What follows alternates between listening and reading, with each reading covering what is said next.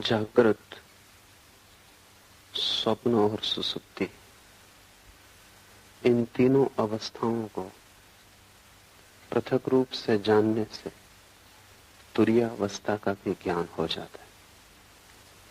तुरीय है चौथी अवस्था।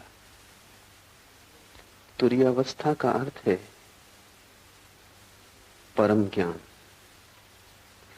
तुरीय अवस्था का अर्थ है कि किसी प्रकार का अंधकार भीतर न रह जाए, सभी ज्योतिर्मय हो उठे, जरा सा कोना भी अंतस का अंधकारपूर्ण न हो, कुछ भी न बचे भीतर जिसके प्रति हम जागृत नहीं हो गए।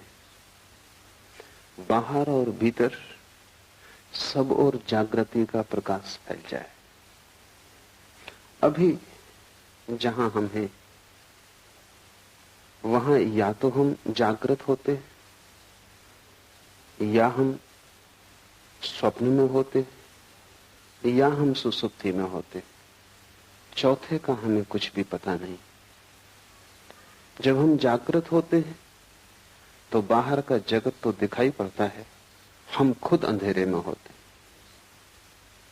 वस्तुएं तो दिखाई पड़ती हैं लेकिन स्वयं का कोई बोध नहीं होता। संसार तो दिखाई पड़ता है लेकिन आत्मा की कोई प्रतीति नहीं होती। ये आधी जागृत अवस्था है, जिसको हम जागरण कहते हैं। सुबह नींद से उठकर वो अधूरा जागरण है, और अधूरा भी कीमती नहीं, क्योंकि व्यर्थ तो दिखाई पड़ता है और सार्थक दिखाई नहीं पड़ता। कूड़ा करकट तो दिखाई पड़ता है, हीरे अंधेरे में खो जाते। खुद तो हम दिखाई नहीं पड़ते कि कौन है, और सारा संसार दिखाई पड़ता है। दूसरी अवस्था है स्वप्न की। हम तो दिखाई पड़ते ही नहीं स्वप्न में, बाहर का संसार भी खो जाता है। सिर्फ संसार से बने हुए प्रतिबिंब मन में तैरते, उन्हीं प्रतिबिंबों को हम जानते और देखते। जैसे कोई दर्पण में देखता हो चांद को, या झील पर कोई देखता हो आकाश के तारों को। सुबह जागकर हम वस्तुओं को सीधा देखते हैं, स्वप्न में हम वस्तुओं के प्रतिबिंब देखते हैं, वस्तुएं भी नहीं दिखाई पड़ती। और तीसरी अवस्था है जिससे हम परिचित हैं, बाहर का जगत भी खो जाता है, वस्तुओं का जगत भी अंधेरे में हो जाता है, और प्रतिबिंब भी नहीं दिखाई पड़ते, स्वप्न भी तिरोहित हो जाता है। तब हम गहन अंधकार में पड़ जाते हैं। उसी को हम सुसुप्ति कहते हैं। सुसुप्ति में न तो बाहर का ज्ञान रहता न भीतर का। जागृत में बाहर का ज्ञान रहता है, और जागृत और सुसुप्ति के बीच की एक मध्य कड़ी है स्वप्न, जहां बाहर का ज्ञान तो नहीं होता लेकिन बाहर की वस्तुओं से बने हुए प्रतिबिंब हमारे मस्तिष्क में तैरते हैं और उन्हीं का ज्ञान होता है। चौथी अवस्था है तुरीय, वही सिद्धावस्था है। सारी चेष्टा उसी को पाने के लिए, सब ध्यान सब योग तुरीय अवस्था को पाने के उपाय। तुरीय अवस्था का अर्थ है भीतर और बाहर दोनों का ज्ञान। अंधेरा कहीं भी नहीं, न तो बाहर और न भीतर। पूर्ण जागृति, जिसको हमने बुद्धत्व कहा है, महावीर ने जिनत्व कहा है। न तो बाहर अंधकार है न भीतर, सब तरफ प्रकाश हो गया है। वस्तुओं को भी हम जानते हैं, स्वयं को भी हम जानते हैं। ऐसी जो चौथी अवस्था है वो कैसे पाई जाए, इसके ही ये सूत्र है। पहला सूत्र है जागृत, स्वप्न और सुसुप्ति, इन तीनों अवस्थाओं को पृथक रूप से जान लेने से तुरीय अवस्था का ज्ञान हो जाता है। अभी हम जानते तो हैं लेकिन पृथक रूप से नहीं जानते। जब हम स्वप्न में होते हैं तब हमें पता नहीं चलता कि मैं स्वप्न देख रहा हूं, तब तो हम स्वप्न के साथ एक हो जाते। सुबह जाग के पता चलता है कि रात सपना देखा, लेकिन अब तो वो अवस्था खो चुकी। जब अवस्था होती है तब हम पृथक रूप से नहीं जान पाते, तादात्म्य हो जाता है। स्वप्न में लगता है कि हम स्वप्न हो गए, सुबह जाग के लगता है कि अब हम स्वप्न नहीं है, लेकिन अब हमारा तादात्म्य जागृत से हो जाता है। हम कहते हैं अब मैं जाग गया, लेकिन तुमने कभी सोचा कि रात तुम फिर सो जाओगे और ये तादात्म्य भी भूल जाएगा, फिर सपना आएगा और तुम सपने के साथ एक हो जाओगे। जो भी तुम्हारी आंख पर आ जाता है तुम उसी के साथ एक हो जाते हो, जबकि तुम सभी से पृथक हो। ये ऐसा ही है जैसे वर्षा आए और तुम समझने लगो कि मैं वर्षा हो गया, फिर गर्मी आए और तुम समझो कि मैं गर्मी हो गया, और फिर शीत आए और तुम समझो कि मैं शीत हो गया। लेकिन ये तीनों मौसम तुम्हारे आसपास हैं, तुम इन तीनों से अलग हो। बचपन था तो तुमने समझा कि मैं बच्चा हूं, जवान हुए तो तुमने समझ लिया कि मैं जवान हूं, बूढ़े हुए तो तुम समझ लोगे कि मैं बूढ़ा हूं, लेकिन तुम तीनों के पार हो। अगर तुम पार न होते तो बच्चा जवान होता कैसे? तुम्हारे भीतर कुछ है जो बचपन को छोड़ सका और जवान हो सका। वो कुछ बचपन और जवानी दोनों से अलग है। स्वप्न में तुम खो जाते हो, जागकर फिर तुम्हें लगता है सपना झूठ था। तुम्हारे भीतर कोई चेतना का तत्व है जो यात्रा करता है। स्वप्न, सुसुप्ति, जागृत तुम्हारे यात्रा के पड़ाव, तुम नहीं हो। और जैसे ही तुम इस बात को समझ पाओगे कि तुम पृथक हो, अलग हो, वैसे ही चौथे का जन्म शुरू हो जाएगा। वो पृथकता ही चौथा है। महावीर ने इसके लिए बहुत कीमती शब्द प्रयोग किया। महावीर कहते हैं भेद विज्ञान। वे कहते हैं सारा विज्ञान अध्यात्म का भेद को साफ साफ कर लेने में वही इस शिव सूत्र का अर्थ है कि तुम्हें तीनों अवस्थाएं अलग अलग हैं, इसका पता चल जाए। जैसे ही तीनों अवस्थाओं को तुम अलग अलग जान लोगे, तुम ये भी जान लोगे कि मैं तीनों से अलग हूं। तुम्हें भेद की कला आ गई। अभी हमारी मनोदशा ऐसी है कि जो भी हमारे सामने होता है हम उसी के साथ एक हो जाते। किसी ने तुम्हें गाली दी, क्रोध उठा, उस क्षण में तुम क्रोध के साथ एक हो जाते। तुम भूल ही जाते हो कि क्षण भर पहले क्रोध नहीं था, तब भी तुम थे। क्षण भर बाद क्रोध फिर चला जाएगा, तब भी तुम रहोगे। तो क्रोध बीच में आया हुआ धुआं है। उसने तुम्हें कितना ही घेर लिया हो, लेकिन वो तुम्हारा स्वभाव नहीं। चिंता आती है तो चिंता का बादल घिर जाता है, सूरज छिप जाता है, तुम भूल ही जाते हो कि मैं पृथक हूं। सुख आता है तो तुम नाचने लगते हो, दुख आता है तो तुम रोने लगते हो। जो भी घटता है तुम उसी के साथ एक हो जाते हो। तुम्हें अपनी पृथकता का कोई बोध नहीं। इसे धीरे धीरे अलग करना सीखना होगा। हर स्थिति में अलग करना सीखना होगा। भोजन करते वक्त जानना कि जो भोजन कर रहा है वो शरीर है। भूख लगे तो जानना कि जिससे भूख लगी है वो शरीर है। मैं सिर्फ जानने वाला हूं। चेतना को कोई भूख लग भी नहीं सकती। गर्मी लगे और पसीना बहे तो जानना कि वो शरीर पर घट रहा है। इसका यह अर्थ नहीं कि तुम गर्मी में बैठे रहना और पसीना बहने देना। हटना, सुविधा बनाना, लेकिन शरीर के लिए ही सुविधा बनाई जा रही। तुम सिर्फ जानने वाले हो।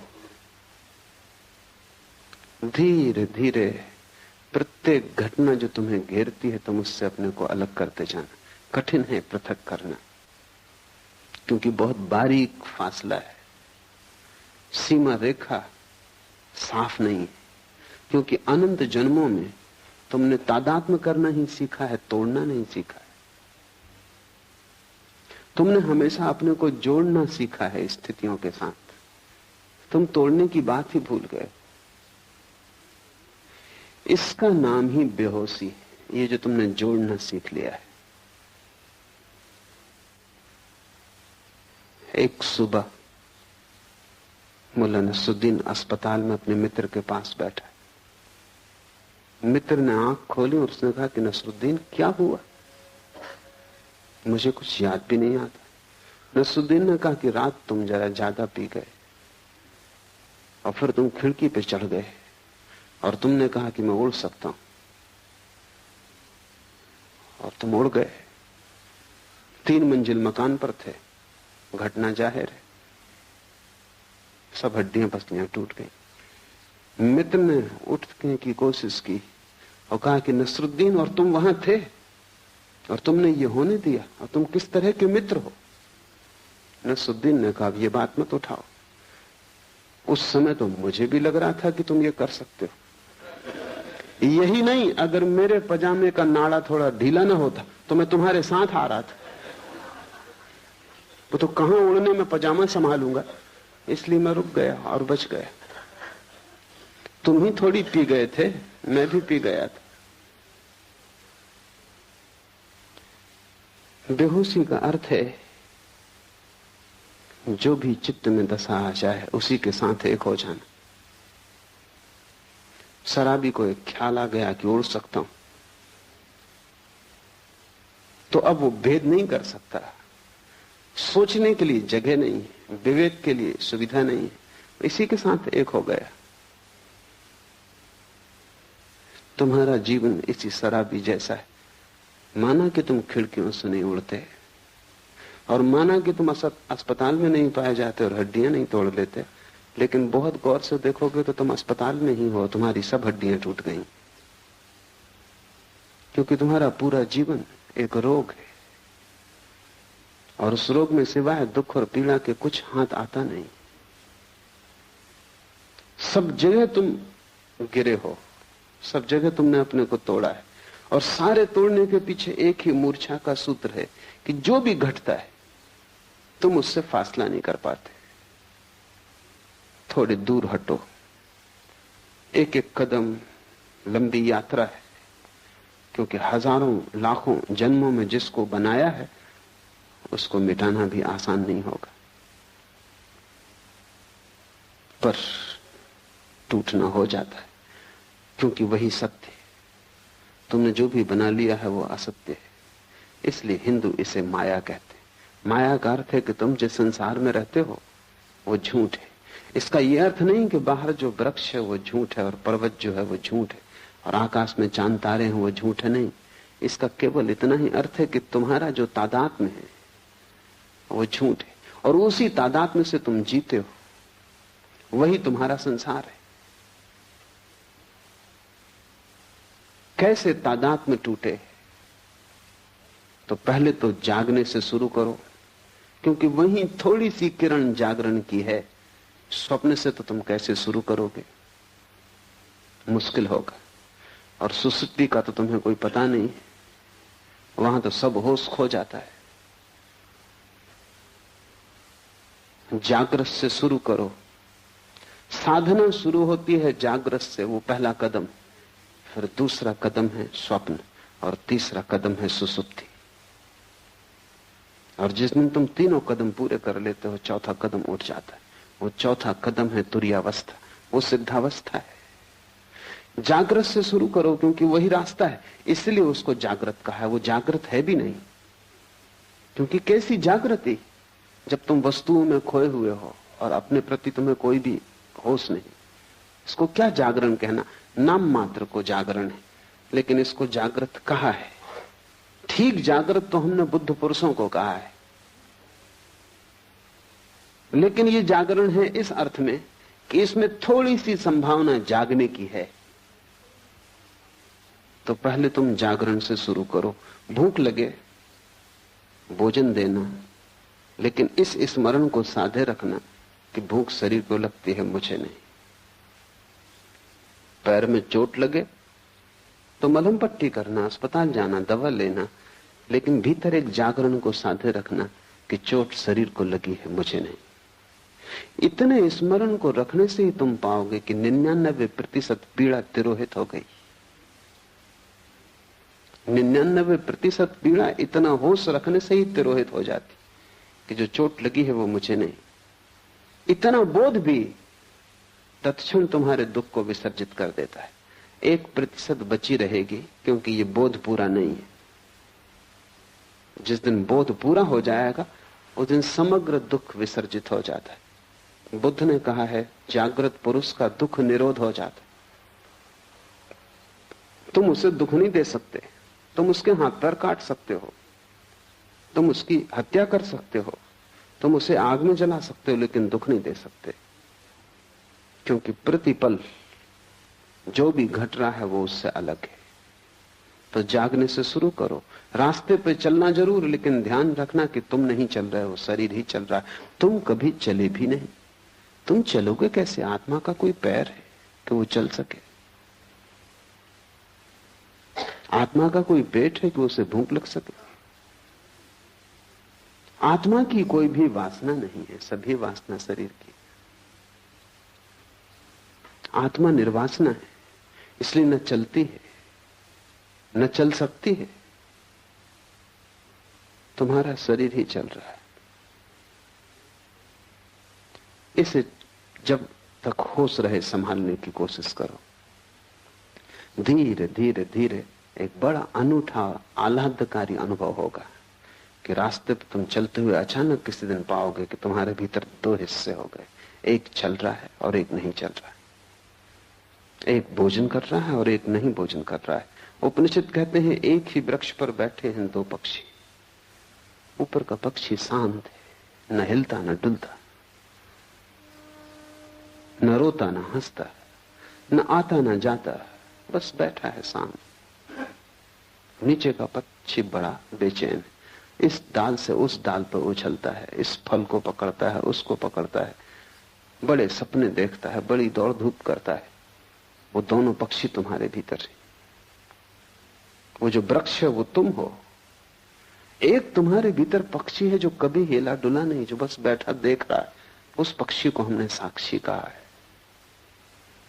है। जीसस ने कहा है एक ही बिस्तर पर तुम सोते हो, उसमें एक मरा हुआ है और एक सदा जीवित, और एक सदा से मरा हुआ है और एक सदा जीवित रहेगा। वो बिस्तर तुम ही हो। जब रात तुम बिस्तर पे सोते हो तो एक उसमें मुर्दा है और एक उसमें शाश्वत चैतन्य है। पर फर्क करना, फासला करना, कठिन श्रम, उद्यम की जरूरत है। तो पहले तो तुम दिन से कोशिश करो। सुबह जब उठते हो, जब पहली किरण आती है होश की, तभी से तुम साधने की कोशिश करो। हजारों प्रयास करोगे तब कहीं एक प्रयास सफल होगा। पर एक भी सफल हो जाए तो तुम पाओगे कि हजारों साल भी मेहनत करनी महंगी नहीं थी। क्योंकि एक क्षण को भी तुम्हें यह पता चल जाए कि जो चल रहा है वो तुम नहीं, जो रुका है वो तुम हो, जो वासना से भरा है वो तुम नहीं, जो सदा निर्वासना है वो तुम हो, जो मरण धर्म है वो तुम नहीं, जो अमृत का स्रोत है वो तुम हो। एक क्षण को भी इसका पता चल जाए तो एक क्षण को भी तुम महावीर या बुद्ध हो जाओ या शिवत्व को उपलब्ध हो जाओ तो तुमने महासंपदा का द्वार खोल लिया। फिर यात्रा सरल है। स्वाद के बाद यात्रा बड़ी सरल है। स्वाद के पहले ही सारी कठिनाई है। दिन से शुरू करो, और अगर तुमने दिन से शुरू किया तो तुम धीरे धीरे सफल हो जाओगे, स्वप्न में भी। गुरुजीएफ इस सदी का एक बहुत बड़ा गुरु, महागुरु, वो अपने साधकों को पहले तो दिन में होश रखना सिखाता था, फिर स्वप्न में होश रखना सिखाता था। तो उसकी प्रक्रिया थी कि जब तुम सोने लगो तब एक ही बात स्मरण रखो कि ये स्वप्न है। अभी स्वप्न शुरू नहीं हुआ, तुम अभी जागे हो। तभी से तुम ये सूत्र अपने भीतर दोहराने लगो कि जो मैं देख रहा हूं ये स्वप्न है। कमरे को चारों तरफ देखो और ये भाव मन में गहरा करो कि जो मैं देख रहा हूं ये स्वप्न है। बिस्तर को छुओ और ये भाव गहरा करो कि जो मैं छू रहा हूं ये स्वप्न है। अपने हाथ को ही अपने हाथ से स्पर्श करो और अनुभव करो कि जो मैं छू रहा हूं ये स्वप्न है। ऐसे भाव को करते करते तुम सो जाओ। ये भाव की सतत धारा तुम्हारे भीतर बनी रहेगी। कुछ ही दिनों में तुम पाओगे कि बीच स्वप्न में तुम्हें अचानक याद आ जाता है कि ये स्वप्न है, और जैसे ही याद आता है स्वप्न उसी क्षण टूट जाता है। क्योंकि स्वप्न के चलने के लिए मूर्छा जरूरी है। वो बिना मूर्छा के स्वप्न नहीं चल सकता। बीच स्वप्न में तुम्हें याद आ जाएगा ये स्वप्न है, और स्वप्न टूट जाएगा, और तुम इतने आनंद से भर जाओगे, उस आनंद को तुमने कभी जाना भी नहीं। नींद टूट जाएगी, स्वप्न बिखर जाएगा, और एक गहरा प्रकाश तुम्हें घेर लेगा। ज्ञानी पुरुष के स्वप्न तिरोहित हो जाते, क्योंकि नींद में भी वो स्मरण रख पाता है कि ये स्वप्न है। भारत ने इसके बड़े अनूठे प्रयोग किए। शंकर वेदांत में सारे जगत को माया की जो धारणा है वो इसी का एक प्रयोग है। सन्यासी को 24 घंटे स्मरण रखना है कि जो भी हो रहा है सब स्वप्न है। जागते भी, रास्ते से गुजरते, बाजार में बैठे हुए भी स्मरण रखना है कि जो भी है सब स्वप्न है। ये क्यों? ये एक प्रयोग है, एक प्रक्रिया है, एक विधि है। अगर तुमने 8 घंटे जागते में स्मरण रखा कि जो भी हो रहा है ये स्वप्न है, तो ये स्मरण इतना गहरा हो जाएगा कि जब रात स्वप्न भी चलेगा तब तुम वहां भी याद रख सकोगे, वहां भी तुम याद रख सकोगे कि ये स्वप्न। अभी तुम याद नहीं रख पाते। अगर ठीक से समझो तो अभी भी तुम उल्टे अर्थों में यही कर रहे हो। 24 घंटे जब तुम जागते हो तब तुम समझते हो जो भी देख रहा हूं ये सत्य है। इसी प्रतीति के कारण रात सपने को देख के भी तुम समझते हो कि जो मैं देख रहा हूं वो सत्य है, क्योंकि ये प्रतीति गहरी हो जाती। सपने से झूठा और क्या होगा। और तुमने कितनी बार रोज सुबह उठ के नहीं पाया कि सपना झूठा है, व्यर्थ है, लेकिन फिर दोबारा तुम सोते हो और फिर वही भूल होती। क्यों ये भूल बार बार होती? इस भूल के पीछे कोई बहुत गहरा कारण होना चाहिए। वो कारण ये है कि तुम जो भी देखते हो जागृत में उसको तुम समझते हो ये सत्य। जब सब कुछ देखा हुआ तुम सत्य मानते हो तो रात तुम सपने को देखते हो, उसको तुम असत्य कैसे मानोगे? उसको भी तुम सत्य मान लेते हो। इससे उल्टा प्रयोग माया का है। तुम जो भी देखते हो उसे दिन भर स्मरण रखते हो कि यह असत्य, बार बार भूलते हो, फिर याद को संभालते हो, फिर स्मरण लाते हो कि यह असत्य है।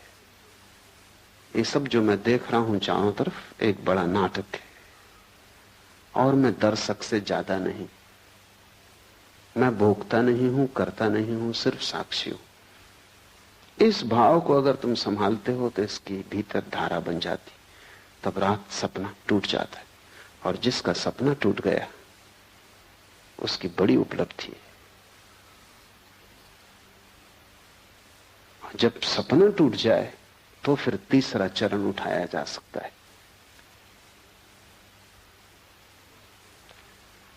जब सपना टूट जाए तो फिर सुसुप्ति में होश रखने का चरण उठाया जा सकता है। लेकिन तुम्हें अभी बहुत कठिनाई होगी। सीधा उस प्रयोग को करना संभव नहीं, एक एक कदम उठाना पड़े। जब सपना टूट जाता है तब दृश्य कोई भी नहीं रह जाता। दिन में आंख खोल के तुम चलते हो, तुम कितना ही मानो कि जो देख रहे हो वो माया है, तो भी दृश्य तो बचेगा। तुम कितना ही, शंकर भी कितना ही कहते हो कि माया है, तो भी दीवाल से तो निकलेंगे नहीं, निकलेंगे तो दरवाजे से ही। कितना ही कहते हो सब माया है, कंकड़ पत्थर तो नहीं खाएंगे, खाएंगे तो भोजन ही। कितना ही कहते हो माया है, फिर भी तुम होगे तभी बोलेंगे, तुम नहीं होगे तो नहीं बोलेंगे। इसलिए बाहर के जगत के साथ तुम कितनी ही मान्यता को गहन कर लो कि ये माया है, बाहर का जगत तो बना रहेगा, मिट नहीं जाएगा। कोई पत्थर मारेगा फेंक कर तो सिर टूटेगा, खून बहेगा, तुम दुखी मत होगे, तुम पीड़ा नहीं लोगे, तुम कहोगे सब माया है, तुम अपने को दूर रखोगे, लेकिन फिर भी घटना तो घटेगी। लेकिन स्वप्न में एक अनूठी बात है, वो बिल्कुल माया है, इसलिए वहां एक अनूठा प्रयोग हो जाता है। जैसे ही तुम समझते हो कि सपना माया है, सपना खो जाता है, दृश्य विलीन हो जाता है। और जब दृश्य विलीन हो जाता है तभी दृष्टा के प्रति आंख जा सकती। जब तक दृश्य मौजूद रहता है तब तक तुम बाहर ही देखते हो, क्योंकि दृश्य आकर्षित करता रहता है। जब दृश्य खो जाता है, पर्दा खाली हो जाता, पर्दा भी नहीं रह जाता, तब तुम अकेले छूटते हो।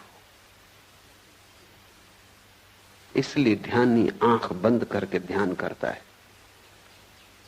क्योंकि इस संसार को माया कहना एक विधि है।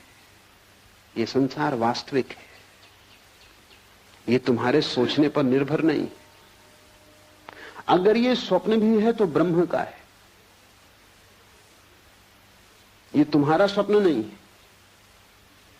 लेकिन तुम्हारे निजी सपने हैं, वे रात में घटते हैं। इसलिए बड़ी क्रांतिकारी घटना तो तब घटती जब तुम निजी स्वप्न को तोड़ देते हो। आकाश खाली हो जाता है, वहां देखने को कुछ नहीं बचता। नाटक समाप्त हुआ, घर जाने का वक्त आ गया। अब तुम करोगे भी क्या बैठे बैठे? इस घड़ी में अचानक आंख मुड़ती है, क्योंकि बाहर कुछ भी खोजने को नहीं रह जाता, देखने को नहीं रह जाता, सोचने को नहीं रह जाता, कोई दृश्य नहीं बचता। तो जो ऊर्जा दृश्य की तरफ जाती थी वो स्वयं की तरफ मुड़ती। स्वयं की तरफ मुड़ती हुई ऊर्जा ही ध्यान है।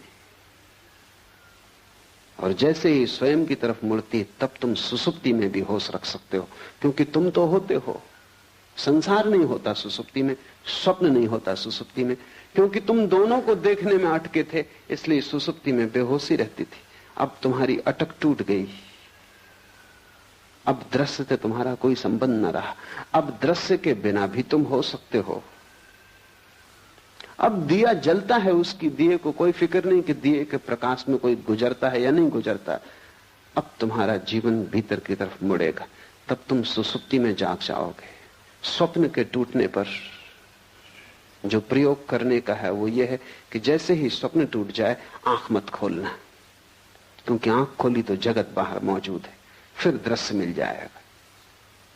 जब स्वप्न टूट जाए तो आंख मत खोलना, गौर से देखे चले जाना शून्य को। स्वप्न खो गया, जहां स्वप्न था अब वहां स्वप्न नहीं। तुम गौर से उस शून्य को देखे चले जाना। उस शून्य को देखने में ही तुम पाओगे कि तुम्हारी चेतना भीतर की तरफ मुड़ने लगी, अंतर्मुखी हो गई। तब तुम सुसुप्ति में भी जाके रहोगे। यही कृष्ण ने गीता में कहा है कि जब सब सो जाते हैं तब भी योगी जागता है। जो सबके लिए निद्रा है वो योगी के लिए निद्रा नहीं, वो सुसुप्ति में भी जागा हुआ है। और जब तुम तीनों को पृथक पृथक देख लेते हो तब तुम चौथे हो गए, अपने आप चौथे हो गए। तुरी का अर्थ है चौथा, द फोर्थ। उस शब्द का और कोई अर्थ नहीं, उसे कोई शब्द का अर्थ देने की जरूरत भी नहीं, बस चौथा कहना काफी है। क्योंकि सभी अर्थ उसको बांध लेंगे, सभी शब्दों से बांध लेंगे, सिर्फ इशारा काफी है, क्योंकि वो अनंत है और असीम है। जैसे ही तुम तीन के बाहर हुए तुम परमात्मा हो। इन तीन में तुम प्रविष्ट हो गए हो, इसीलिए संकीर्ण हो गए हो। ये ऐसा ही है जैसे कि तुम खुले आकाश से एक टनल में, एक बोगदे में प्रवेश कर जाओ और बोगदा छोटा होता जाए। इंद्रियों तक आते आते तुम बिल्कुल संकीर्ण हो गए हो। पीछे लौटना है। जैसे जैसे तुम पीछे लौटते हो तुम्हारा आकाश बड़ा होता जाता है। जिस क्षण तुम तीनों के पार अपने को देख लेते हो उस दिन तुम महाकाश हो, उस दिन तुम परमात्मा हो। ऐसे ही जैसे कि कोई आदमी दूरबीन से देखता है आकाश को, दूरबीन का छोटा सा छेद, वो अपनी सारी आंखों को उसी पर लगा देता है। फिर दूरबीन से आंखें हटाता है, तब उसे पता चलता है कि मैं दूरबीन नहीं हूं। तुम भी आंख नहीं हो, लेकिन आंख पर तुम कई जन्मों से टिके हो। तुम कान नहीं हो, लेकिन कान से तुम कई जन्मों से सुन रहे हो। तुम हाथ नहीं हो, लेकिन हाथ से तुम कई जन्मों से छू रहे हो। बस तुम दूरबीन से बंध गए हो। तुम्हारी हालत वैसी हो गई जैसे किसी वैज्ञानिक को दूरबीन बंध गई हो। अब वो दूरबीन को आंख से बांधे हुए घूम रहा है। तुम उसको कितना ही कहो कि दूरबीन उतार के रखो, ये तुम नहीं हो, पर वो दूरबीन से ही देख सकता है और भूल ही गया है। ये विस्मृति है। इस विस्मृति को तोड़ने की प्रक्रिया है। जागृत से शुरू करो, सुसुप्ति पर पूर्ण होने दो। जागृत, स्वप्न और सुसुप्ति, इन तीनों अवस्थाओं को पृथक रूप से जानने से तुरीय अवस्था का भी ज्ञान हो जाता है। इसे शुरू करो और धीरे धीरे बढ़ते जाओ। जिस दिन तुम्हें गहरी नींद में होश रह जाए, उस दिन जान लेना तुम में, बुद्ध में, महावीर में, शिव में अब कोई अंतर न रहा। लेकिन तुम उल्टा ही काम कर रहे हो। तुम जागरण में भी ठीक जागे हुए नहीं हो, तो तुम सुसुप्ति में कैसे जागोगे? तुम यहां भी सोए हुए हो।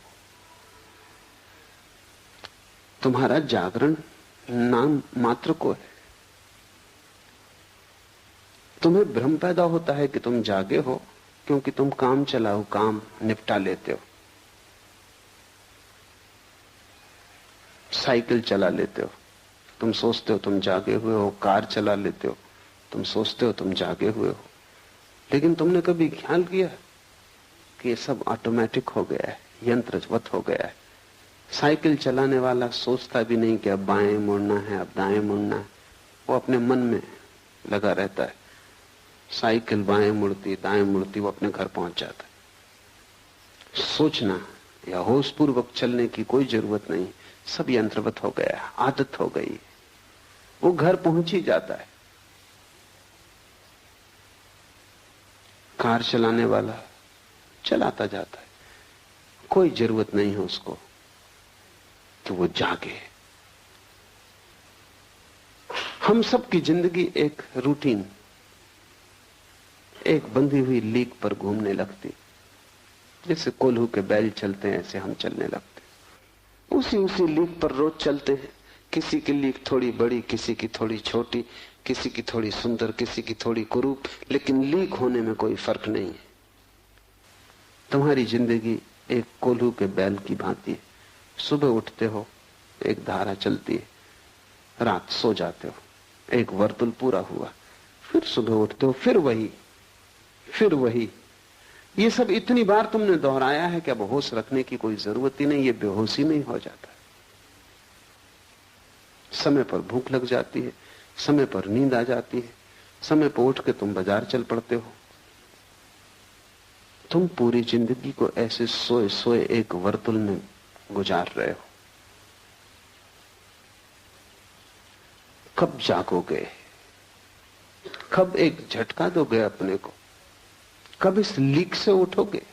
कब कहोगे कि मैं कोल्हू का बैल होने को राजी नहीं हूं?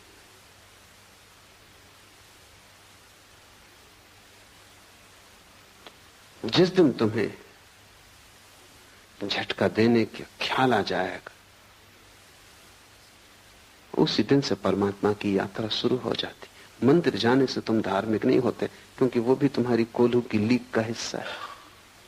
तुम वहां भी चले जाते हो, क्योंकि तुम सदा जाते रहे हो, क्योंकि तुम्हारे माँ बाप जाते रहे, उनके माँ बाप जाते रहे इसी मंदिर में, इसी शास्त्र को तुम पढ़ते रहे हो, तो तुम पढ़ते चले जाते हो। लेकिन ये कोल्हू की लीक है।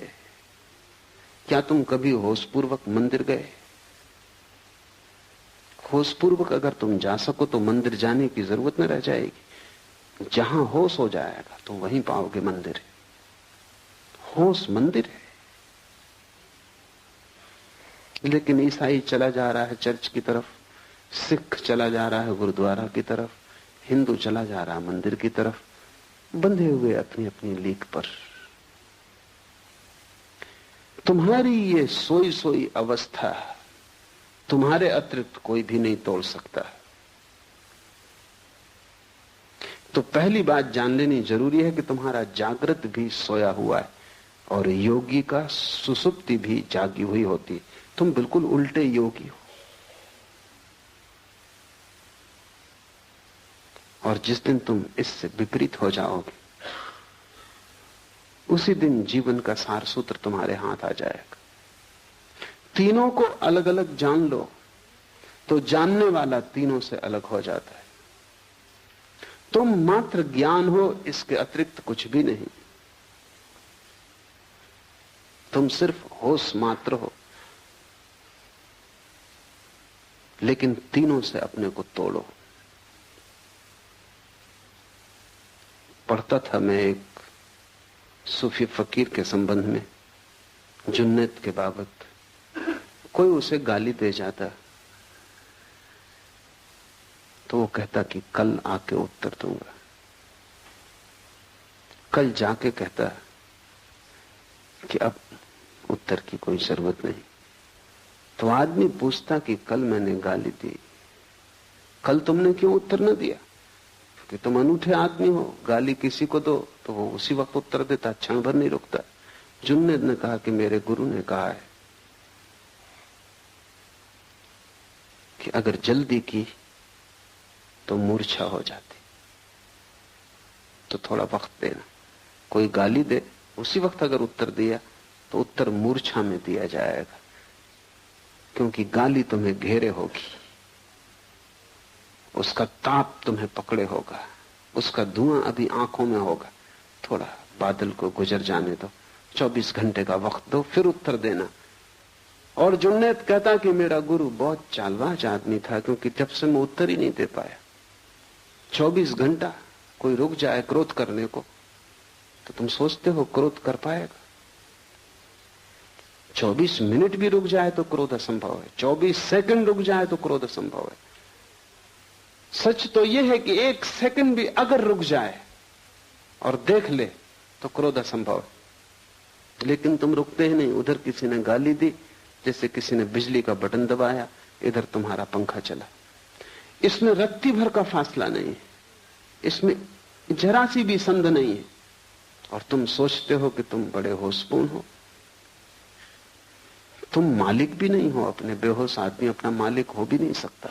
कोई भी बटन दबाता है और तुम्हें चलाता है। कोई आया, तुम्हारी खुशामद की और तुम खिलखिला गए, गदगद हो गए।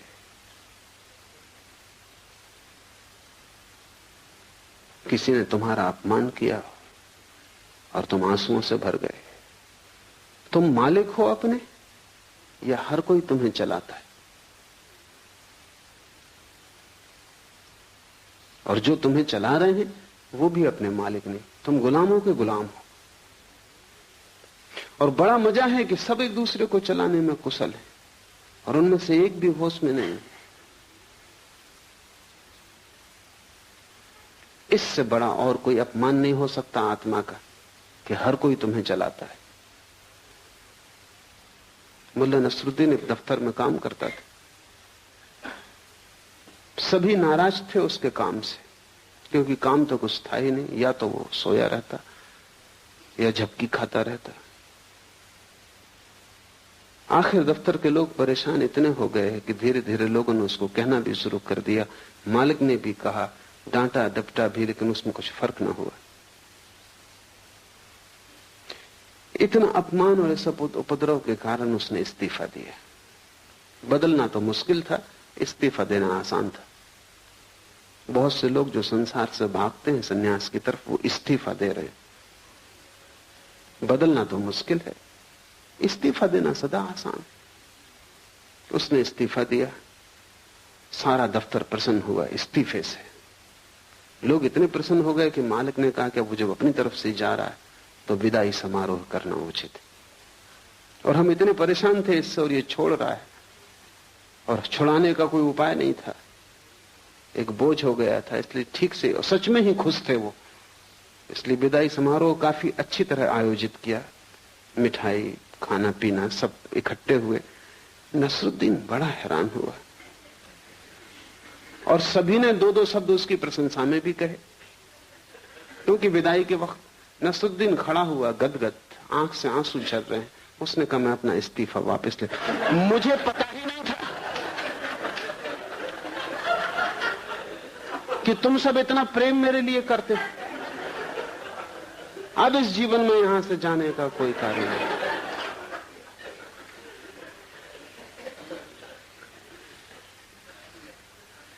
हम संचालित हो रहे हैं,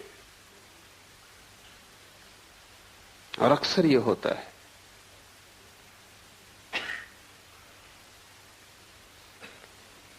कि चारों तरफ पूरा संसार एक एक व्यक्ति को चला रहा है। और मौसम चारों तरफ बदलता रहता है, हजारों तरह के लोग हैं, इसलिए तुम्हारे भीतर एक गहरा विभ्रम और एक कंफ्यूजन होगा ही, क्योंकि तुम एक से चालित नहीं हो। एक से चालित तो वही है जो भीतर जागा हुआ है। उसकी जिंदगी में एक स्पष्टता होगी, निरभ्रता होगी, उसके जीवन में एक सफाई होगी, एक निर्णय होगा, उसके जीवन में एक दिशा होगी। तुम्हारे जीवन में कोई दिशा नहीं हो सकती। तुम तो ऐसे जैसे कोई आदमी भीड़ में धक्के में चलता है, वो चल भी नहीं रहा, लेकिन भीड़ इतना धक्का दे रही है कि खड़ा भी नहीं रह सकता। कोई बाएं धक्का देता है तो वो बाएं चला जाता, कोई दाएं धक्का देता है तो वो दाएं चला जाता। तुम्हारी पूरी जिंदगी भीड़ में चलती हुई है। तुम गौर से देखो, समझ में आ जाएगा। कोई कुछ कह रहा है वो तुम करते हो, फिर कोई कुछ और कहता है वो तुम करते हो, फिर तुम्हारे भीतर इतने विरोधाभास हो जाते। एक आदमी मेरे परिचित हैं, चोट लग गई थी, थोड़ी सी चोट थी, रिक्शा उलट गया था, फिर अस्पताल से भी छूट गए, फिर 6 महीने भी बीत गए, भले चंगे भी हो गए, लेकिन फिर भी वो अपनी बैसाखी। तो मैं उनको पूछा कब ये बैसाखी कब छोड़ोगे? कहते छोड़ना तो मैं भी चाहता हूं, मेरा डॉक्टर कहता है बेकार है, लेकिन मेरा वकील कहता है अभी रखो, जब तक मुकदमा तय न हो जाए। तो किसकी सुनूं? तुम्हारा वकील कुछ कहता है, तुम्हारा डॉक्टर कुछ कहता है, पत्नी कुछ कहती, पति कुछ कहता, बेटा कुछ कहता, बाप कुछ कहता। चारों तरफ तुम्हें चलाने वाले मालिक, करोड़ों मालिक हैं और तुम अकेले हो, और तुम सबकी सुनते हो। जो भी दबा देता है उसी की सुनते हो। तब तुम्हारे भीतर सब दरारें पड़ जाती हैं, खंड खंड हो जाता है व्यक्तित्व। जब तक तुम भीतर की न सुनोगे तब तक तुम अखंड नहीं हो सकते। मैं सन्यासी उसे कहता हूं जिसने भीतर की आवाज सुननी शुरू कर दी, और जब वो भीतर की आवाज पर सब दांव लगाने को राजी। लेकिन भीतर की आवाज तुम्हें समझ में भी ना आएगी जब तक तुम बेहोश हो। तब तक अगर तुमने भीतर की आवाज समझी भी कि भीतर की है तो वो भीतर की ना होगी, वो भी बाहर की आवाज होगी। बेहोश आदमी को भीतर की आवाज का क्या पता? नहीं तो दिल्ली में बैठे सभी राजनीतिक अंतरात्मा की आवाज की बात करते हैं। इंदिरा, गिरी, अंतरात्मा की आवाज। अंतरात्मा का पता कैसे सोए हुए आदमी को? कौन सी आवाज अंतरात्मा की तुम्हें कैसे पता? जो भी आवाज तुम्हारी वासनाओं को तृप्त करती मालूम पड़ती, अंतर्वासना की आवाज, उसे तुम अंतरात्मा की आवाज कहते हो। सिर्फ जागे हुए आदमी के भीतर कोई आवाज होती, और वो आवाज तुम्हें मिल जाए तो तुम्हारे जीवन में सब जो कलुष है, वो जो उपद्रव है, वो 1000 तरह के विक्षिप्त स्वर है कि तुम एक भीड़ हो गए हो, एक व्यक्ति नहीं। तुम एक बाजार की तरह हो जिसमें सब चल रहा है। बंबई का शेयर बाजार हो तुम, सब चल रहा है, कुछ समझ में नहीं आता। कोई नए आदमी को तो समझ में नहीं आया कि तुम क्या हो। कोई कुछ चिल्ला रहा है, कोई कुछ चिल्ला रहा है, सब तरह की आवाजें। तुम्हारी आवाज बिल्कुल खो गई। तुरीयावस्था का अर्थ है आत्मा को पहचानना, और इन 3 से तुम अपने को तोड़ो तो ही तुम आत्मा को पहचान सकोगे। छोटे छोटे प्रयोग शुरू करो। क्रोध आए, रुको, जल्दी क्या है? घृणा है, थोड़ा रुको, थोड़ा संधि काल चाहिए। तभी उत्तर दो जबकि तुम होश में आ जाओ, उसके पहले उत्तर मत दो। और तुम पाओगे तुम्हारी जिंदगी से पाप खोना शुरू हो गया, गलत अपने आप विसर्जित होने लगा। तुम अचानक पाओगे कि अब क्रोध का उत्तर देने की कोई जरूरत न रही। यह भी हो सकता है कि जिसने तुम्हारा अपमान किया था तुम उसे धन्यवाद देने भी जाओ, क्योंकि उसने भी तुम्हारा उपकार किया है, तुम्हें एक जागने का मौका दिया है। कबीर ने कहा है, निंदक नीरे राखिए आंगन कुटी छबाए। वो जो तुम्हारी निंदा कर रहा है उसे तुम पास में ही संभाल के इंतजाम कर दो, उसको घर में ही ठहरा लो, क्योंकि वो तुम्हें जागने का मौका देगा। जो जो तुम्हें मूर्छित होने का मौका देता है, अगर तुम चाहो तो उसी मौके को तुम जागरण की भी सीढ़ी बना सकते हो। जिंदगी ऐसे है जिससे रास्ते पे एक बड़ा पत्थर पड़ा हो। जो ना समझे वो पत्थर को देख के लौट जाते हैं, वो कहते हैं रास्ता बंद है। जो समझदार है वो पत्थर पे चढ़ जाते, वो उसको सीढ़ी बना लेते, और जैसे ही सीढ़ी बना लेते हैं और भी ऊपर का रास्ता उन्मुक्त हो जाता है। साधक के लिए एक ही बात स्मरण रखनी है कि जीवन का हर क्षण जागृति के लिए उपयोग कर लिया जाए। चाहे भूख हो, चाहे क्रोध हो, चाहे काम हो, चाहे लोभ हो, हर स्थिति को जागरण के लिए उपयोग कर लिया जाए। रत्ती रत्ती तुम इस तरह इकट्ठा करोगे जागरण, तो तुम्हारे भीतर ईंधन इकट्ठा हो जाएगा। उस ईंधन से जो ज्वाला पैदा होती है, उसमें तुम पाओगे कि तुम न तो जागृत हो, न तुम स्वप्न हो, न तुम सुसुप्ति हो, तुम तीनों के पार पृथक हो। ज्ञान का बना रहना ही जागृत अवस्था है। बाहर की वस्तुओं के ज्ञान का बना रहना जागृत अवस्था है। विकल्प ही स्वप्न है। मन में विचारों का तंतुजाल, विकल्पों का, कल्पनाओं का फैलाव स्वप्न है। अविवेक अर्थात स्वबोध का अभाव सुसुप्ति है। ये तीन अवस्थाएं हैं जिनमें हम गुजरते हैं। लेकिन जब हम एक से गुजरते हैं तो हम उसी के साथ एक हो जाते हैं। जब हम दूसरे में पहुंचते हैं तो हम दूसरे के साथ एक हो जाते हैं। जब हम तीसरे में पहुंचते हैं तो तीसरे के साथ एक हो जाते हैं। इसलिए हम तीनों को अलग अलग नहीं देख पाते। अलग देखने के लिए थोड़ा फासला चाहिए, परिप्रेक्ष्य चाहिए। अलग देखने के लिए थोड़ी सी जगह चाहिए। तुम्हारे और जिसे तुम देखते हो दोनों के बीच में थोड़ा रिक्त स्थान चाहिए। तुम आईने में भी अगर बिल्कुल सिर लगा के खड़े हो जाओ तो अपना प्रतिबिंब न देख पाओगे, थोड़ी दूरी चाहिए। और तुम इतने निकट खड़े हो जाते हो जागृत के, स्वप्न के, सुसुप्ति के, कि तुम बिल्कुल एक ही हो जाते हो। तुम उसी के रंग में रंग जाते हो। और ये दूसरे के रंग में रंग जाने की आदत हमारी इतनी गहन हो गई है कि हमें पता भी नहीं चलता, और इसका शोषण किया जाता है। अगर तुम हिंदू हो और तुमसे कहा जाए कि मस्जिद खड़ी, इसमें आग लगा दो, तुम 1000 बार सोचोगे, विचार करोगे कि ये क्या उचित है। और मस्जिद भी उसी परमात्मा के लिए समर्पित है। ढंग होगा और सीढ़ी का रंग होगा और रास्ते की व्यवस्था होगी और, लेकिन मंजिल वही है। लेकिन हिंदुओं की एक भीड़ मंदिर मस्जिद को आग लगाने जा रही हो, तुम उस भीड़ में हो, तब तुम नहीं सोचते, क्योंकि तुम भीड़ के रंग में रंग जाते हो। तब तुम मस्जिद को जला दोगे। और बाद में कोई अगर तुमसे पूछेगा कि तुम ये कैसे कर सके, तो तुम भी सोचोगे और कहोगे कि आश्चर्य है कि मैं कैसे कर सका। अकेले तुम ये ना कर पाते, लेकिन भीड़ में तुम क्यों खो गए? क्योंकि खोने की तुम्हारी आदत है। कोई मुसलमान इतना बुरा नहीं है अकेले में जितना भीड़ के साथ बुरा होता है। कोई हिंदू इतना बुरा नहीं है अकेले में जितना भीड़ के साथ बुरा होता है। किसी अकेले आदमी ने इतने पाप नहीं किए जितने भीड़ ने पाप किए। क्यों? क्योंकि भीड़ तुम्हें रंग देती है, तुम भीड़ के रंग में एक हो जाते। अगर भीड़ क्रोध से भरी है, तुम अचानक पाते हो तुम्हारे भीतर क्रोध जग रहा है। अगर भीड़ रो रही है, चीख रही, चिल्ला रही, तो तुम रोने, चीखने, चिल्लाने लगते हो।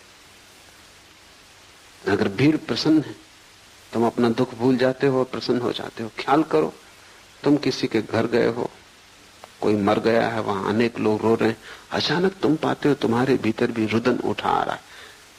शायद तुम सोचते होगे कि तुम बड़े करुणावान हो, शायद तुम सोचते हो कि तुम बड़ी दया और प्रेम से भरे हुए व्यक्ति हो, शायद तुम सोचते हो कि सहानुभूति के कारण ये आंसू आ रहे हैं, तो तुम गलती में हो, क्योंकि घर भी तुमने ये खबर सुनी थी कि वो आदमी मर गया, तब तुम्हें कुछ भी ना हुआ था, क्योंकि तुम अकेले थे।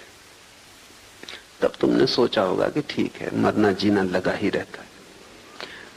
बजाय इसके कि आदमी मर गया, इससे तुम्हें दुख होता, तुम्हें यही झंझट आई होगी कि अब जाना पड़ेगा और संवेदना प्रकट करनी पड़ेगी। अब 25 दूसरे काम थे, अब एक और उपद्रव बीच में आ गया। और ये आदमी था ही ऐसा, बेवक्त मरा। कोई वक्त था आज मरने का? ये तुम्हारे विचार रहे होंगे। लेकिन तुम जब घर में पहुंचोगे और वहां तुम लोगों को रोते देखोगे, भीड़ जब वहां दुखी हो रही होगी, तुम अचानक पाओगे तुम्हारे भीतर भी बड़े भाव उठ।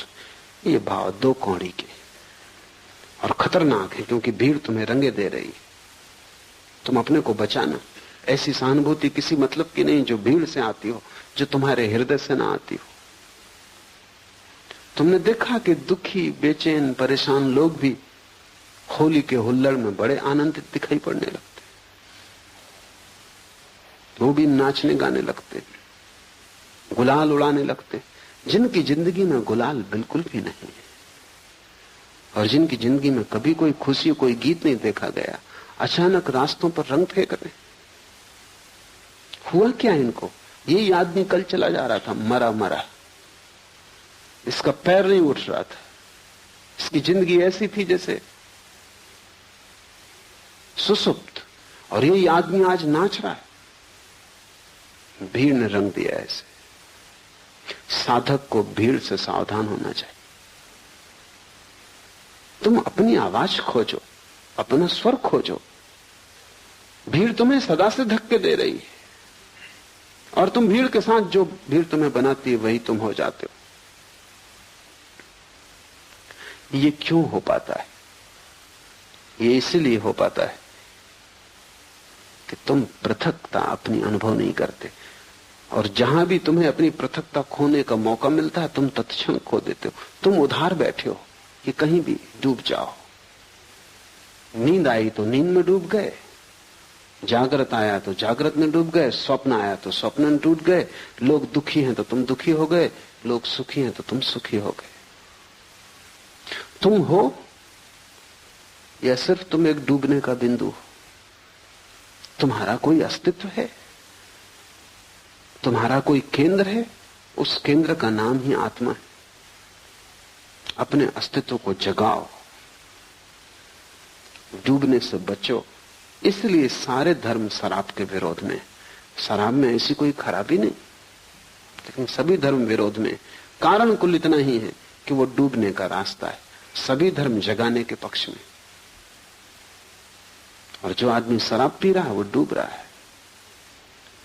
जो जो चीजें डुबाती हैं तुम्हें, जिन जिन चीजों से तुम और भी ज्यादा मूर्छित होते हो, तुम वैसे ही काफी मूर्छित हो। रत्ती भर तुम में जरा सा होश है, तुम उसी को भी खोने के लिए तैयार रहते हो। और आश्चर्य की बात तो यह है कि जब भी तुम उसे खो देते हो तभी तुम प्रसन्न होते हो। तुम जैसा मूल खोजना असंभव है, क्योंकि जब तुम उसे खो देते हो तभी तुम कहते हो कि बड़ा आनंद है। क्यों? क्योंकि वो जो थोड़ा सा होश है वो तुम्हें जिंदगी की समस्याओं को दिखने में सहायता देता है। वो तुम्हें जिंदगी के प्रति चैतन्य बनाता है और चिंता से भरता है। वो तुम्हें होश से भरता है कि तुम होश में नहीं हो। वो जो छोटा सा तुम्हारे भीतर किरण है वो तुम्हारे अंधकार को प्रकट करती है, जो कि गहन है। तुम उस किरण को भी बुझा देना चाहते हो कि न रहेगी किरण, न रहेगा बांस, न बजेगी बांसुरी। न रहेगी किरण, न अंधेरे का पता चलेगा,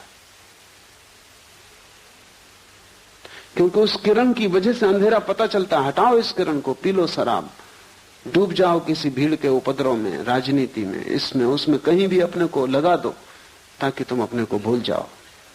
पश्चिम के मनोवैज्ञानिक लोगों को कहते हैं कि तुम अगर अपने को भुला सको तो ही तुम स्वस्थ रह सकोगे, और पूरब के धर्म गुरुओं ने कहा है कि तुम अपने को जगा सको तो ही तुम स्वस्थ हो सकोगे। बड़ी उल्टी बातें, लेकिन दोनों बातें सार्थक हैं। पश्चिम का मनोवैज्ञानिक तुम जैसे हो उसको स्वीकार करता है। तुम जैसे हो ऐसे ही तुम रह सको, जी सको, किसी तरह गुजार सको जिंदगी, उसमें सहायता पहुंचाता है। वो ठीक कह रहा है। वो कह रहा है किसी तरह अपने को बुला दो, ज्यादा चैतन्य खतरनाक है, क्योंकि तुम चिंता से भर जाओगे, क्योंकि तब तुम्हें सब चीजें दिखाई पड़नी शुरू हो जाएंगी और कुछ भी ठीक नहीं है इस जिंदगी में, सब गड़बड़ है, सब अस्त व्यस्त है। तो बेहतर तुम आंख बंद कर लो, प्रसन्न रहो। क्या जरूरत है इस सारे समस्या को देखने की? लेकिन पूरब के धर्मगुरु तुम्हें स्वीकार नहीं करते। वो कहते हैं तुम तो रुग्ण हो, तुम तो विक्षिप्त हो ही, तुम्हें पहले शांति की जरूरत नहीं है। कोई चिंता नहीं अगर चिंता बढ़े और तुम्हारे भीतर बेचैनी आए, कोई हर्ज नहीं, क्योंकि उसी के द्वारा तुम बदलोगे, क्रांति होगी। ये तो ऐसा है जैसे एक आदमी कैंसर से पड़ा है और हम कुछ भी नहीं कर सकते, तो हम उसको मार्फिया देते कि तुम अपना आराम से तो पड़े रहो। लेकिन पूरब के धर्मगुरु कहते हैं मार्फिया से जीवन क्रांति नहीं होती। जगाओ, रूपांतरण हो सकता है। और आदमी जैसा है ये उसकी अंतिम अवस्था नहीं, ये उसकी प्रथम अवस्था तक नहीं। ये तो यात्रा के बिल्कुल बाहर ही खड़ा है, द्वार के। अभी इसने भीतर प्रवेश भी नहीं किया। महा आनंद की संभावना है, लेकिन तुम जैसे हो सोए, इससे महा आनंद नहीं होगा। सुख और आनंद का फर्क समझ लो। सुख उस अवस्था का नाम है जब तुम्हारे भीतर जो छोटी सी किरण जाग गई है वो भी सो जाती, तब तुम्हें कोई दुख पता नहीं चलता। आनंद उस अवस्था का नाम है जब तुम्हारे भीतर जो छोटी सी किरण है वो महासूरी हो जाती और अंधकार पूरा खो जाता है। सुख नकारात्मक, निगेटिव है, दुख का पता न चलना। तुम्हारे सिर में दर्द है, एस्प्रो की टिकिया सुख है, आनंद नहीं, क्योंकि एस्प्रो की टिकिया तुम्हें सिर्फ दर्द पता नहीं चलने देती, वो तुम्हें बेहोशी दे देती। तुम बीमार हो, तुम परेशान हो, जिंदगी चिंता से भरी है, तुम शराब पी लेते हो, फिर सब ठीक है। दुखी शराबी जाता है शराब घर की तरफ, लौटता है नाचता गाता। तुम्हारी जो छोटी सी प्रकाश की किरण है उसे खोकर तुम सुख खरीदते हो, उससे तुम्हें आनंद कभी भी ना मिलेगा, क्योंकि सुख सिर्फ दुख का भूल जाना है, विस्मरण। और आनंद आत्मा का स्मरण है, वो भूल जाना नहीं है, वो पूरी स्मृति है। कबीर ने उसे सुरति कहा है, वो पूर्ण स्मरण है। ये सूत्र तुम्हें पूर्ण स्मरण की तरफ ले जाएंगे। तो ध्यान रखना, जो चीज बेहोश करती हो उससे बचना। और बेहोश करने के इतने सुगम उपाय हैं कि तुम्हें पता भी नहीं, तुम उनमें इतने ज्यादा ग्रस्त हो गए हो कि तुम्हें ख्याल भी नहीं। एक आदमी खाने के पीछे पागल है, वो खाता ही रहता है, तुम्हें ख्याल नहीं है कि वो खाने से शराब का उपयोग कर रहा है। ज्यादा भोजन निद्रा लाता है, ज्यादा भोजन सुसुप्ति देता है। इसलिए अगर किसी दिन तुमने उपवास किया तो रात तुम सो ना सकोगे, क्योंकि भोजन की एक अपनी तंद्रा है। तो जो आदमी 24 घंटे खाने में लगा है, वो खाने के माध्यम से बेहोशी खोज रहा है। एक आदमी महत्वाकांक्षा की यात्रा में लगा है, वो कहता है कि जब तक करोड़ रुपए ना हो तब तक मैं रुकने वाला नहीं। तब तक वो दीवाने की तरह लगा है, सुबह हो, रात हो, दिन हो, अंधेरा हो, उजेला हो, कुछ फिक्र नहीं। उसके मन में एक गणित चल रहा है, 1 करोड़। उस एक गणित के प्रति समर्पित है, उसे कोई चिंता नहीं घेरती, उसे कोई चिंता नहीं, बस उसको 1 करोड़। उसको चिंता उस दिन घेरेगी जब 1 करोड़ पाने में सफल हो जाए, तब अचानक वो पाएगा कि बेकार गए, अब क्या करना है। मैंने सुना है पागल खाने में 3 आदमी बंद थे एक ही कोठरी में, क्योंकि एक ही साथ पागल हुए थे, तीनों पुराने साथी थे, एक दूसरे को रंग दिया होगा।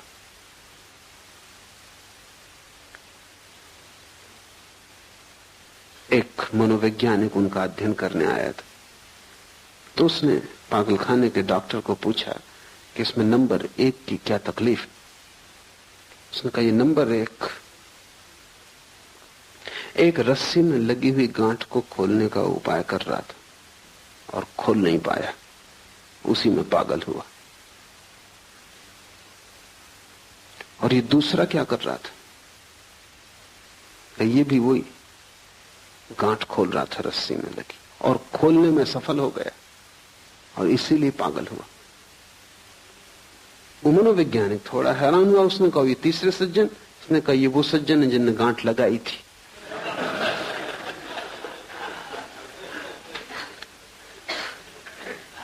कोई गांठ लगा रहा है, कोई गांठ खोल रहा है, कोई सफल हो जाता है, कोई असफल हो जाता है, इससे कोई फर्क नहीं पड़ता, सब पागल हो जाते। लेकिन लोग गांठ लगाने खोलने में उलझे क्यों हैं? अपने से बचने के लिए। स्वयं से बचने की तरकीबें, नहीं तो स्वयं का सामना करना पड़ेगा। न कोई महत्वाकांक्षा है, न दिल्ली जाना है, न कोई राजनीति करनी है, न कोई चुनाव लड़ना है, न धन कमाने का कोई पागलपन है। फिर आप अपने से कैसे बचोगे? फिर कहीं ना कहीं खुद से मिलना हो जाएगा।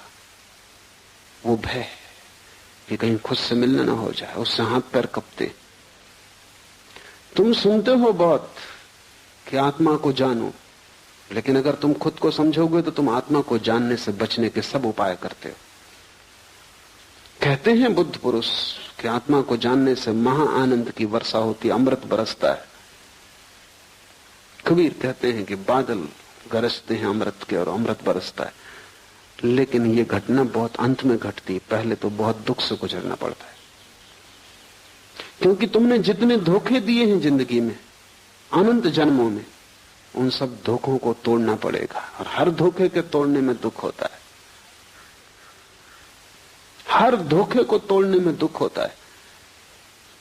क्योंकि धोखे ने एक मधुरता दी थी, एक नींद दी थी, एक बेहोशी दी थी। अब उसको तोड़ो, और बिना उनको तोड़े तुम पहुंच ना पाओगे उस जगह जहां आकाश अमृत के बादलों से भर जाता है और जहां आनंद की वर्षा होती। वो बीच का मार्ग ही तपश्चर्या है। जागने से शुरू करो तुम्हारे तप को, फिर स्वप्न में ले जाओ, फिर सुसुप्ति में ले जाओ। विकल्प स्वप्न है। चित्त का विकल्पों से भरे रहना स्वप्न की दशा है। तो ये मत सोचना कि तुम रात में ही सपना देखते हो, तुम दिन में भी देखते रहते हो। जरूरी नहीं कि तुम यहां बैठे हो तो तुम यहां बैठे हो सकता है तुम मुझे सुन भी रहे हो और सपना भी देख रहे हो।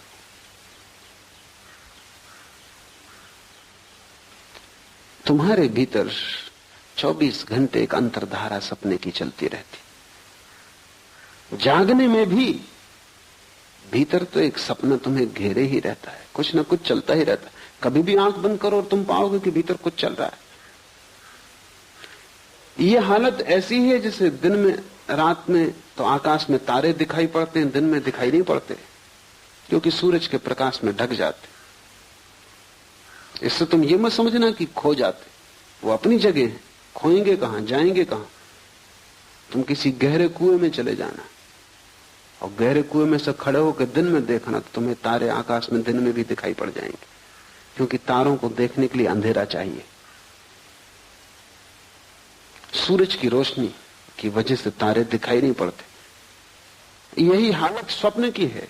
रात में ही सपने दिखाई पड़ते हैं ऐसा नहीं है, लेकिन रात का अंधकार चाहिए, आंख बंद हो तो दिखाई पड़ते। दिन में आंखें खुली हैं, 25 और काम करने जरूरी हैं।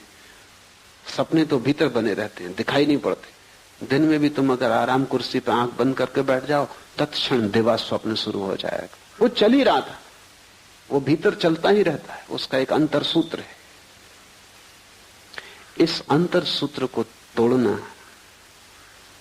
बहुत जरूरी, क्योंकि दिन में तुम तोड़ सको तो रात में तोड़ पाओगे, दिन में ही न तोड़ सके तो रात में कैसे तोड़ोगे। सभी मंत्रों का उपयोग इस अंतर सूत्र को तोड़ने के लिए किया जाता है। जैसे कि कोई एक आदमी को मंत्र दे दिया उसके गुरु ने कि तू काम कर, बाजार जा, सामान बेच, खरीद, लेकिन भीतर राम राम राम की अंतर्ध्वनि चलने दे। ये क्या है? अगर तुम काम करते वक्त भीतर राम की अंतर्ध्वनि चलने दो तो वो जो शक्ति स्वप्न बनती थी, स्वप्न की धारा बनती थी, वो राम की धारा बन जाएगी। क्योंकि वही शक्ति है जो भीतर सपना बनती। तो भीतर तुमने एक अपना ही सपना पैदा कर लिया, राम राम राम राम। बाहर तुम सब काम करते हो और भीतर तुम राम का अनुस्मरण करते हो। तो वो जो शक्ति तुम्हारे भीतर खाली पड़ी सपना देखती थी, वो राम का स्मरण बन जाएगी। इससे कुछ राम नहीं मिल जाएंगे, लेकिन सपने के तोड़ने में सहायता मिलेगी। और जिस दिन तुम रात नींद में भी पाओगे कि सपना नहीं चल रहा बल्कि राम की धारा चल रही, उस दिन समझ लेना कि दिन में सपना टूट गया। तो मंत्र की सफलता नींद में पता चलती, दिन में पता नहीं चलती। कैसे पता चलेगी? अगर तुम दिन भर राम का जप करते रहे हो तो रात सोते समय सपना पैदा नहीं होगा, राम की धारा चलेगी। ये धारा इतनी सघन हो सकती है कि तुम कल्पना भी नहीं कर सकते। स्वामी राम राम राम जपते रहते थे। तो एक रात हिमालय में ठहरे वो अपने एक मित्र के पास, सरदार पूर्ण सिंह के पास, अकेली कोठरी में थे। दूर पहाड़ में बनी कोठी थी, वहां कोई पास था भी नहीं, मीलों तक। सरदार पूर्ण सिंह को कुछ नींद नहीं आई, कुछ मच्छर थे, कुछ गर्मी थी। तो वो बड़े हैरान हुए कि राम राम राम की आवाज चल रही कोठरी में। स्वामी राम तो सो गए। तो वो उठे, थोड़ा भय भी लगा कि यहां कोई तीसरा आदमी तो है नहीं और ये राम की आवाज। तो दिया लेके सब तरफ देखा है, बाहर कोई भी नहीं है। कमरे में फिर आए तो और हैरानी हुई कि बाहर आवाज कम सुनाई पड़ती, कमरे में ज्यादा सुनाई पड़ती। और जैसे राम की खाट के पास पहुंचे तो आवाज और ज्यादा सुनाई पड़ने लगी। तो उन्होंने दिए से राम को देखा कि कहीं वो जाग के राम का स्मरण तो नहीं कर रहे हैं। तो वो तो गहरी नींद में सो रहे हैं, गर्राटा आ रहा। तो वो बहुत हैरान हुए, करीब आके बैठ गए, कान लगा के सुनने लगे। पूरे शरीर के रोए रोए से राम की आवाज आ रही।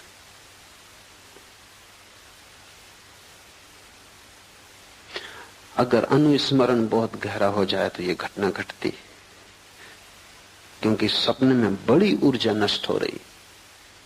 तुम्हारे सपने मुफ्त तुम्हें नहीं मिले, उनमें है कुछ भी नहीं, लेकिन कीमत बहुत चुकानी पड़ी, क्योंकि रात भर तुम सपना देखते हो। अभी सपने पर बड़ी वैज्ञानिक शोध होती।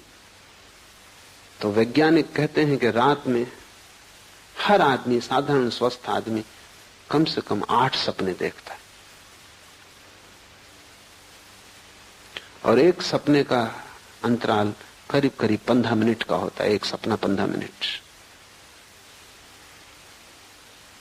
तो 8 सपने का मतलब हुआ कि कम से कम 2 घंटे रात सपना देखा जा रहा है। और ये बिल्कुल सामान्य स्वस्थ आदमी जिसमें कोई मानसिक विकार नहीं, ऐसा आदमी खोजना मुश्किल। आम आदमी तो रात के 8 घंटे की नींद में करीब करीब 6 घंटे सपना देखता है। ये 6 घंटे जो सतत सपने की धारा भीतर चल रही है, इसमें तुम्हारी शक्ति नष्ट हो रही है। ये मुफ्त नहीं है, ये तुम खरीद रहे हो अपने जीवन को देकर। मंत्र इस शक्ति को राम में केंद्रित कर लेता है, या कृष्ण में, या क्राइस्ट में, या ओंकार में। कोई भी शब्द काम दे देगा, कोई जरूरत नहीं भगवान का नाम, खुद का नाम भी अगर तुमने दोहराया तो काम दे देगा। अंग्रेज कवि हुआ टेनिसन, उसने अपने संस्मरण में लिखा है कि मुझे बचपन से ही न मालूम कैसे ये हो गया कि जब मुझे नींद ना आती थी तो मैं अपने को जोर जोर से कहता था टेनिसन टेनिसन टेनिसन, और मुझे नींद आ जाती। फिर मुझे तरकीब हाथ पड़ गई कि जब भी मैं बेचैन होता तो मैं भीतर कहता टेनिसन टेनिसन टेनिसन, मेरी बेचैनी खो जाती। फिर मैंने इसका मंत्र बना लिया। अपना ही नाम भी अगर तुम लोगे तो उतना ही लाभ हो सकता है, हालांकि होगा नहीं, क्योंकि तुम्हें अपने नाम पर उतना भरोसा नहीं हो सकता। बाकी फर्क कुछ भी नहीं। राम कहो, रहीम कहो, उससे कोई फर्क नहीं पड़ता। कोई भी नाम हो, उससे कोई फर्क नहीं पड़ता। सवाल नाम का नहीं, शब्द सभी एक जैसे और सभी नाम परमात्मा के। तुम्हारा नाम भी, कोई भी एक शब्द को पकड़ के अगर दोहराया जाए तो उसका एक संगीत भीतर पैदा हो जाता है, एक ध्वनि पैदा हो जाती। उस ध्वनि में स्वप्न की जो ऊर्जा है वो लीन हो जाती। मंत्र स्वप्नों को नष्ट करने के उपाय हैं। उनसे कोई परमात्मा को नहीं पाता, लेकिन स्वप्न को नष्ट करना परमात्मा को पाने के मार्ग पर बड़ा कदम है। मंत्र एक प्रक्रिया है, एक विधि है, एक औजार है, एक हथौड़ी है, जिससे हम सपनों को चकनाचूर कर देते। और सपने भी क्या है? शब्द हैं, इसलिए शब्दों की हथौड़ी उन्हें चकनाचूर कर सकती है। उनके लिए कोई लोहे की असली हथौड़ी भीतर ले जाने की जरूरत भी नहीं। नकली है, नकली हथौड़ी काम कर देगी। नकली बीमारी के लिए असली दवाई हमेशा खतरनाक है। नकली बीमारी के लिए नकली दवाई ही उचित होती, क्योंकि वही उसको नष्ट कर सकती है। स्वप्न क्या है? विकल्प है। और मंत्र क्या है? मंत्र संकल्प है। वो भी विकल्प का ही एक रूप है, लेकिन स्वप्न बदलते हुए हैं, क्षणभंगुर है। मंत्र सतत है और एक ही है। धीरे धीरे सभी स्वप्नों की ऊर्जा मंत्र में लीन हो जाती, और जिस दिन रात्रि में नींद में भी स्वप्न ना आए, मंत्र चलने लगे, तुम समझना कि तुमने स्वप्न पर विजय पा ली। तुम समझना कि तुम्हारा सपना टूटा, सत्य शुरू हुआ। उसके बाद सुसुप्ति में प्रवेश हो सकता है। लेकिन तुम उल्टा ही कर रहे हो। तुम विकल्पों को शक्ति देते हो। तुम्हारे भीतर व्यर्थ के विचार चलते हैं, उनको भी तुम साथ देते हो। बैठे हो खाली तो यही सोचने लगते हो कि अगले इलेक्शन में खड़े हो जाएं। फिर सपना शुरू हुआ। फिर राष्ट्रपति से हुए बिना काम नहीं चलेगा। फिर तुम सपने में राष्ट्रपति हो जाते हो, स्वागत समारोह हो रहे हैं, और तुम इस सबको रस ले रहे हो। और तुम कभी भी नहीं सोचते कैसी मूढ़ता है, क्या तुम कर रहे हो। तुम एक व्यर्थ के विकल्प को ऊर्जा दे रहे हो, साथ दे रहे हो। और ऐसे ही व्यर्थ के विकल्पों से भरा हुआ तुम्हारा चित्त है। अगर हम आदमी के जीवन की पूरी खोजबीन करें तो 99% इसी तरह के सपनों में खो जाता है। धन के सपने, साम्राज्य के सपने, शक्ति के सपने। तुम पा भी लोगे तो क्या मिलेगा? अमेरिका का एक बहुत प्रसिद्ध प्रेसिडेंट हुआ, काल्विन कूलिच। बड़ा शांत आदमी था, भूल से ही वो राष्ट्रपति हो गया। क्योंकि उतने शांत आदमी उतनी अशांत जगहों तक पहुंच नहीं सकते। वहां पहुंचने के लिए बिल्कुल पागल दौड़ चाहिए। वहां जो जितना ज्यादा पागल, वो छोटे पागलों को दबा के आगे निकल जाता। कूलिच कैसे पहुंच गया, ये चमत्कार है। वो बिल्कुल शांत आदमी था, न बोलता न चालता। कहते हैं किसी किसी दिन ऐसा हो जाता कि 10-5 शब्दों से ज्यादा ना बोलता।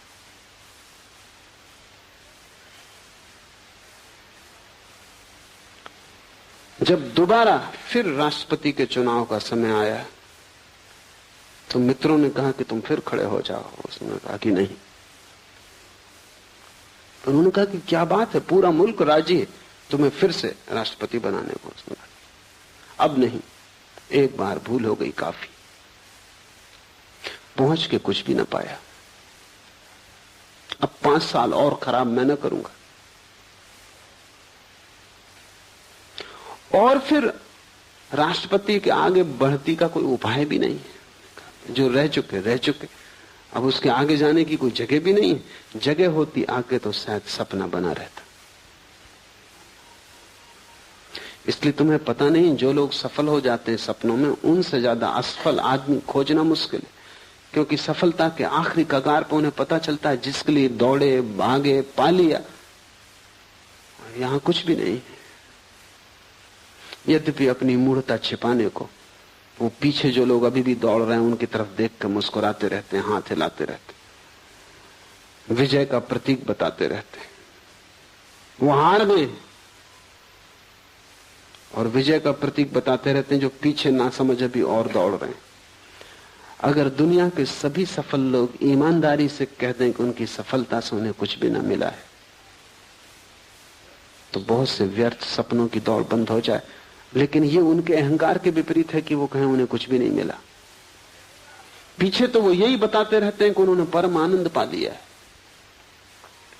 वो जिसकी पूंछ कट गई हो वो दूसरों की पूंछ कटवाने का इंतजाम करता रहता, अन्यथा पूंछ कटा अकेला होगा तो बड़ी गिलानी होगी, सबकी कट जाए।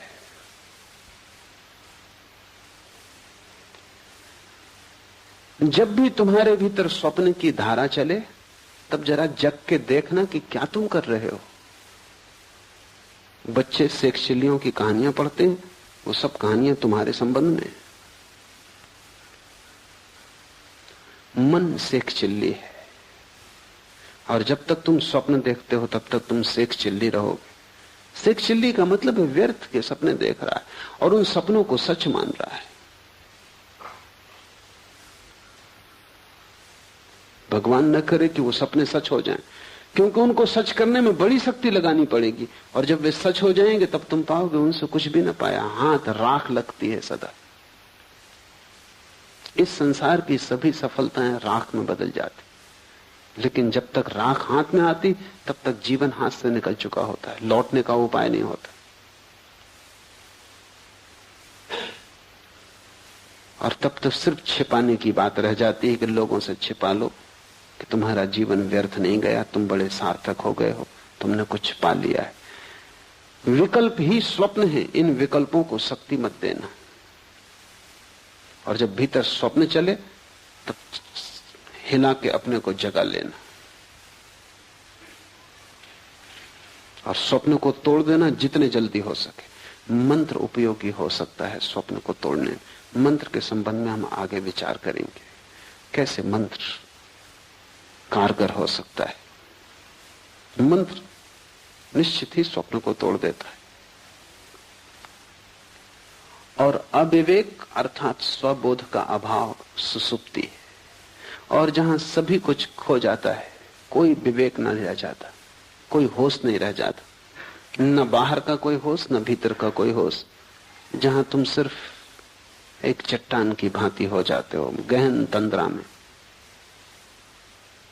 लेकिन तुम देखो कि तुम्हारा जीवन कैसा उपद्रव होगा, क्योंकि जब भी तुम गहरी तंद्रा में हो जाते हो तभी सुबह उठ के तुम कहते हो कि रात बड़ी आनंददायी नींद आई।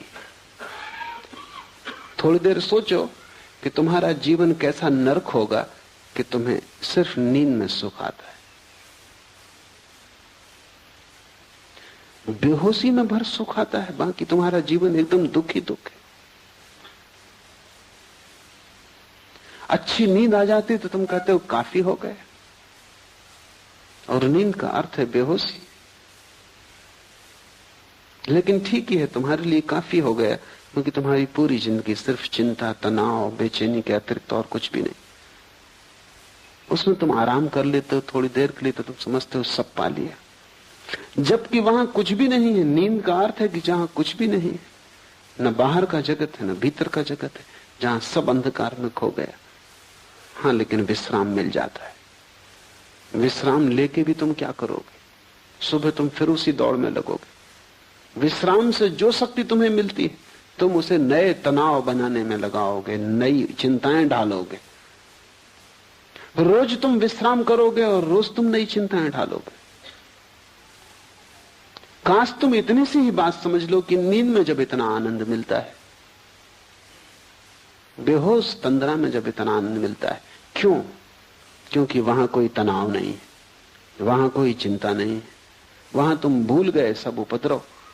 अगर बेहोशी में भी उपद्रव भूल के इतना आनंद मिलता है तो तुम सोचो जिस दिन उपद्रव खो जाएंगे और तुम होश में रहोगे, उस दिन कैसा आनंद तुम्हें उपलब्ध हो सकेगा। उसे हमने मोक्ष कहा है, वो निर्वाण है, वो ब्रह्मानंद है। नींद में इतना मिल जाता है क्योंकि उपद्रव नहीं दिखाई पड़ते।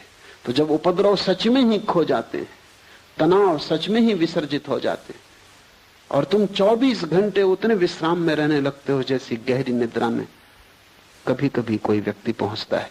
जब वैसी 24 घंटा सतत तुम्हारी शांत स्थिति बनी रहती, तब तुम्हें कैसे आनंद के राज्य का अनुभव नहीं होगा।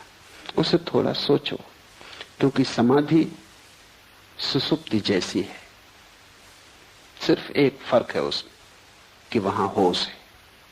तुरीयावस्था सुसुप्ति जैसी है, सिर्फ एक फर्क है कि वहां प्रकाश है और सुसुप्ति में अंधकार है। समझो कि तुम्हें एक स्ट्रेचर पर बेहोश अवस्था में इस बगीचे में लाया जाए। सूरज की किरणें तुम्हें छुएंगी, क्योंकि सूरज की किरणें बेहोश नहीं, बेहोश तुम हो। हवाओं के झोंके तुम्हारे ऊपर से गुजरेंगे, हल्की थपकियां देंगे, क्योंकि वे बेहोश नहीं, बेहोश तुम हो। फूल की पखरियों से गंध तुम्हारे नासापुटों तक आएगी, क्योंकि फूल बेहोश नहीं, बेहोश तुम हो। सुबह की पड़ी हुई ओस की ताजगी तुम्हें छुएगी, क्योंकि ओस बेहोश नहीं है, बेहोश तुम हो। सब घटित होगा, लेकिन तुम्हें कुछ भी पता नहीं। 2 घंटे बाद जब तुम होश में आओगे, तुम कहोगे बड़ा विश्राम था। इस विश्राम में उस ओस का भी दान होगा, फूल की गंध का भी, सूरज की किरण का भी, हवा के झोंकों का भी, लेकिन उनका तुम्हें कुछ भी पता नहीं। तुम बेहोश थे, तब भी तुम लौट के होश में आके कहते हो बड़ा सुख आया।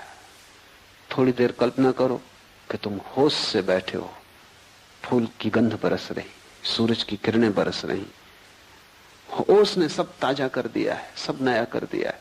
हवाओं के झोंके वृक्षों में गीत पैदा करते हैं, तुम होश से भरे बैठे हो। तब तुम्हारे आनंद। सुसुप्ति में तुम वहीं पहुंचते हो जहां बुद्ध और महावीर और शिव जागृत अवस्था में पहुंचते हैं। नींद में भी तुम सुबह थोड़ी सी खबर लाते हो कि बड़ा सुख था, हालांकि तुम साफ नहीं कर सकते कि कैसा सुख था। तुम कुछ बता नहीं सकते, कुछ व्याख्या नहीं कर सकते, कुछ स्वाद की खबर नहीं दे सकते। नींद में गहरी, लेकिन फिर भी तुम सुबह थोड़ी सी ताजगी लेके आते हो। सुबह उठते हुए आदमी की जो रात गहरी नींद में सोया हो, उसके चेहरे पर बुद्धत्व की थोड़ी सी झलक होती। खासकर छोटे बच्चे जो कि सच में गहरी नींद सोते हैं, क्योंकि जैसे जैसे तुम्हारी चिंताएं बढ़ने लगती हैं, गहरी नींद भी मुश्किल हो जाती। छोटे बच्चों को सुबह उठते समय देखो, इसके पहले कि उनकी नींद टूटे, उनके चेहरे को देखो, उस पर बुद्धत्व की ताजगी होती। कहीं भीतर कोई आनंदपूर्ण घटना घट रही जिसका उसे होश नहीं है, लेकिन घटना घट रही। सुसुप्ति में सब तनाव खो जाते, लेकिन विवेक नहीं होता। और समाधि में, तुरीयावस्था में सब तनाव खो जाते हैं और विवेक होता है। विवेक धन सुसुप्ति बराबर समाधि। और तीनों का भोक्ता वीरेश कहलाता है। जागृत को, स्वप्न को, सुसुप्ति को, तीनों का भोक्ता, तीनों से जो पृथक है, तीनों से जो अन्य है, तीनों से जो गुजरता है, तीनों को जो भोगता है लेकिन तादात्म्य नहीं करता, जो तीनों के पार जाता है लेकिन अपने को अन्य मानता है, तीनों से भिन्न जो है वही वीरेश है। वीरेश का अर्थ है वीरों में वीर है, महावीर है। वीरेश शिव का एक नाम है। हमने महावीर उन्हीं पुरुषों को कहा जिन्होंने समाधि पा ली। हम महावीर उसको नहीं कहते जो गौरी शंकर पर चढ़ गया। ठीक है, साहस किया, लेकिन गौरी शंकर कोई आखिरी ऊंचाई नहीं है। हम महावीर उसको भी नहीं कहते जो चांद पर पहुंच गया। साहस किया, लेकिन चांद पर पहुंचना कोई आखिरी मंजिल नहीं। हम तो वीरेश उसे कहते हैं, महावीर उसे कहते हैं जिसने आत्मा को पा लिया, जिसने परमात्मा को पा लिया। क्योंकि परमात्मा से और ऊंचा गौरी शंकर कहां, और परमात्मा से और आगे मंजिल कहां। जिसने आखिरी पा लिया, हम उसी को महावीर कहते हैं। उससे कम पर हम राजी नहीं है, क्योंकि चांद पे पहुंच के क्या होगा। चांद पे पहुंच के सिर्फ और आगे पहुंचने के रास्ते खुलते हैं। अब मंगल पे पहुंचना होगा। मंगल पे पहुंच के क्या होगा, अनंत विस्तार है। हम महावीर उसे कहते हैं जो वहां पहुंच गया जिसके आगे अब पहुंचने को कोई जगह ना बची। और क्यों कहते हैं महावीर उसे? क्योंकि उससे बड़ा कोई दुस्साहस नहीं है। स्वयं को पा लेने से बड़ा कोई दुस्साहस नहीं है। उससे बड़ी कोई साहसिक अभियान नहीं है। क्योंकि उसके मार्ग पर जितनी कठिनाइयां हैं उतनी कठिनाइयां किसी मार्ग पर नहीं। उस तक पहुंचने में जितनी तपश्चर्या से तुम्हें गुजरना पड़ेगा और कहीं पहुंचने में वैसी तपश्चर्या से नहीं गुजरना पड़ता। स्वयं की यात्रा सबसे दुर्भर यात्रा है, वो खडक की धार है। शायद इसीलिए तुम स्वयं से भागे हुए हो और संसार में अपने को यहां वहां उलझा रहे हो। शायद इसी कारण आत्मज्ञान की बात मन को पकड़ती भी है, फिर भी तुम हिम्मत नहीं जुटाते। कहीं कोई डर पकड़ लेता है। कठिन है, अकेले जाना होगा। सबसे बड़ी कठिनाई तो यह है कि दुनिया में सब जगह तुम किसी के साथ जा सकते हो, सिर्फ एक जगह है जहां तुम्हें अकेले जाना होगा। वहां पत्नी साथ ना होगी, भाई साथ ना होगा, मित्र साथ ना होगा, गुरु तक भी वहां साथ नहीं हो सकता, सिर्फ इशारा कर सकता है। बुद्ध ने कहा है, बुद्ध इशारा करते, जाना तुम्हें होगा। और अकेले होने में डर लगता है।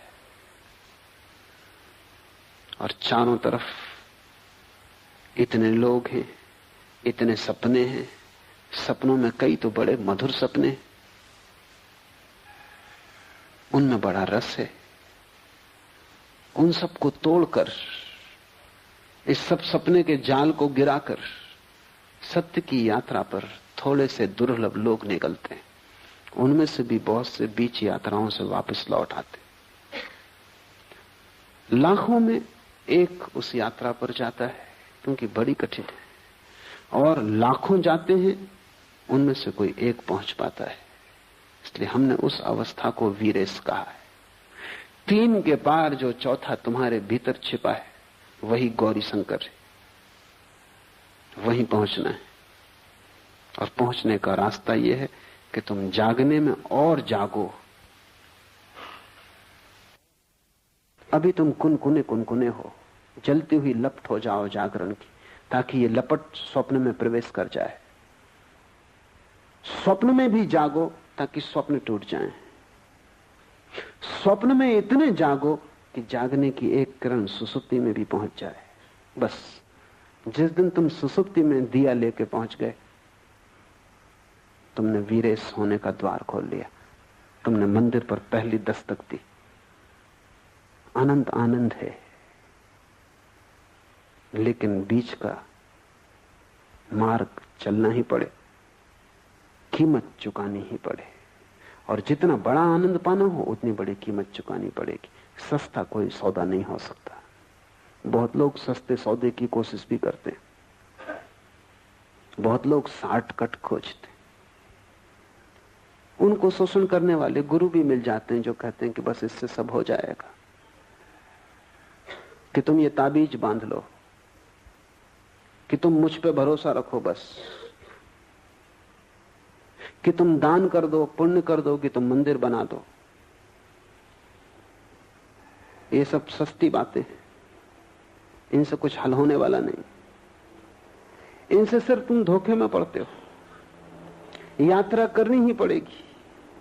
फिर और भी सस्ते मार्ग खोजने वाले लोग, कोई गांजा पी के सोचता है समाधि लग गई, कोई भंग खा के सोचता है कि ज्ञान उत्पन्न हो गया। हजारों साधु सन्यासी हैं, गांजा, अफीम, भंग का उपयोग कर रहे हैं। अभी पश्चिम में उनका प्रभाव बहुत बढ़ गया, क्योंकि पश्चिम में और भी अच्छे मादक द्रव्य खोज लिए गए। हसीस, मारिजुआना, एलएसडी और भी वैज्ञानिक केमिकल खोज लिए गए, जिनका तुम एक इंजेक्शन ले लो और तुम समाधिस्थ हो गए। एक गोली ले लो, समाधि उपलब्ध हो गई। जैसे तत्क्षण काफी तैयार की जा सकती है, वैसे तत्क्षण समाधि भी तैयार की जा सकती है। काश इतना सस्ता होता, और काश नशे में खोने से कोई ज्ञान को उपलब्ध होता, तो सारी दुनिया कभी की हो गई होती। इतना सस्ता नहीं है, लेकिन सस्ते की खोज मन करता है। मन चाहता है किसी तरह बीच का रास्ता कट जाए और हम जहां हैं वहां से हम सीधे मोक्ष में प्रवेश कर जाएं। बीच का रास्ता नहीं कट सकता। क्योंकि इस रास्ते से गुजरने में ही तुम्हारा मोक्ष आएगा। क्योंकि रास्ता सिर्फ रास्ता नहीं है, रास्ता तुम्हारा विकास भी है। यही तकलीफ है। बाहर तो हो सकता है लंदन से हवाई जहाज उठता है, सीधा बंबई उतर जाए, बीच का रास्ता काट दिया। लेकिन लंदन से जो आदमी बैठा वो बंबई में वही आदमी उतरेगा जो लंदन से बैठा था, कोई दूसरा आदमी नहीं उतर सकता। उसमें कोई विकास नहीं हुआ। ये यात्रा बाहर की है, लेकिन तुम जहां हो यहां से मोक्ष में उतरने का कोई हवाई यात्रा नहीं हो सकती। और जो भी कहते हो सकती है वो धोखा देते, क्योंकि ये यात्रा एक बिंदु से दूसरे बिंदु की यात्रा नहीं है, एक जीवन स्थिति से दूसरे जीवन स्थिति में प्रवेश है। बीच के मार्ग से गुजरना ही होगा, क्योंकि उस गुजरने में ही तुम निखरोगे, जलोगे, बदलोगे। उस गुजरने की पीड़ा से ही तुम्हारा विकास होगा। वो पीड़ा अनिवार्य है, उस पीड़ा से गुजरे बिना कोई वहां नहीं पहुंच सकता। और तुमने अगर कोई संक्षिप्त रास्ता खोजा तो तुम सिर्फ अपने को धोखा दे रहे हो।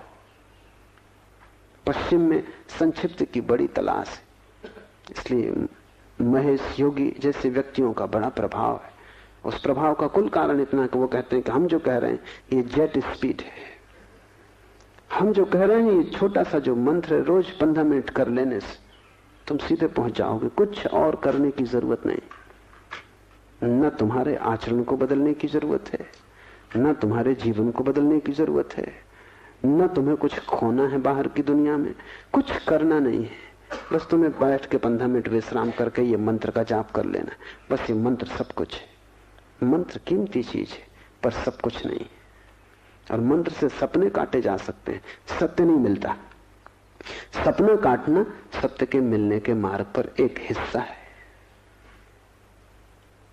लेकिन मंत्र कोई दोहरा के कोई समझता हो कि सब हो गया, कि कोई माला फेर के समझता हो कि सब हो गया, तो वो बचकाना है। वो भी योग्य भी नहीं है, समझ के भी योग नहीं, पहुंचने की तो बात दूर है। दूभर है मार्ग,